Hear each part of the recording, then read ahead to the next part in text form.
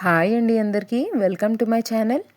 ఈరోజు మనం అమ్మవారికి ఎంతో ప్రీతిపాత్రమైన ఆలయ ప్రసాదం రుచిని గుర్తు చేసే చక్కెర పొంగలిని ఇంట్లోనే సింపుల్గా తయారు చేసుకుందాము.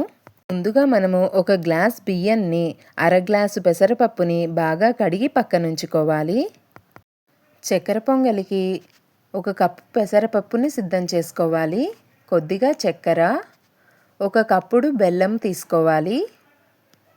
జీడిపప్పు, కిస్మిస్ పండ్లు, ఎండు కొబ్బరి ముక్కలు సిద్ధం చేసుకోవాలి. చక్కెర పొంగల్లో ఈ ఎండు కొబ్బరి వేయడం వల్ల రుచి మరింత పెరుగుతుంది. కమ్మని నెయ్యి సువాసనతో అమ్మవారికి ఇష్టమైన చక్కెర పొంగలి ప్రసాదాన్ని ఇప్పుడు తయారు చేసుకుందాము.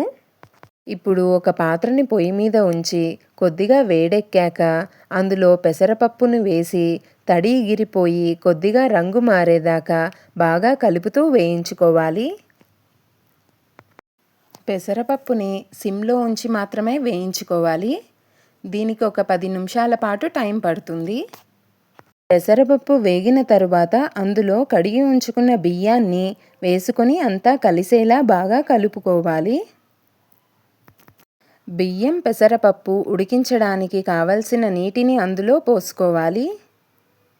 పెసరపప్పు, బియ్యం బాగా ఉడుకుతూ ఉన్నప్పుడే పక్కన ఇంకో పాత్రలో తీసుకున్న బెల్లాన్ని, చక్కెరని కరిగించుకోవాలి.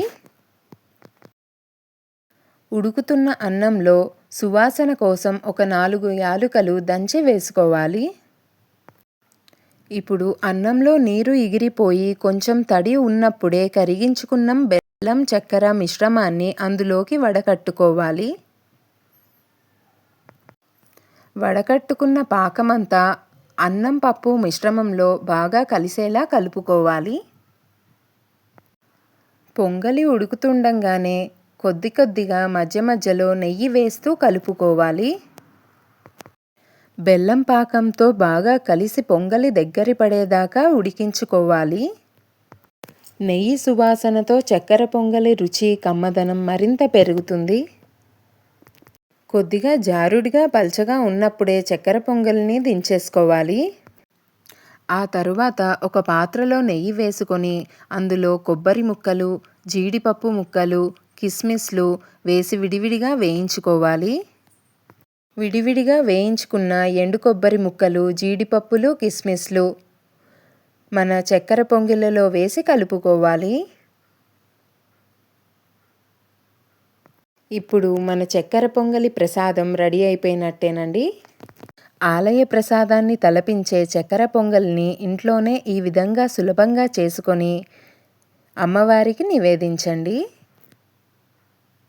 ఇలాంటి మరిన్ని రెసిపీస్ కోసం నా ఛానల్ని సబ్స్క్రైబ్ చేసుకోండి. ఈ రెసిపీ కనుక మీకు నచ్చినట్లయితే ఒక లైక్ చేయండి. మీ ఫ్యామిలీ అండ్ ఫ్రెండ్స్కి షేర్ చేయండి. థ్యాంక్ యూ ఫర్ వాచింగ్ అండి. బాయ్.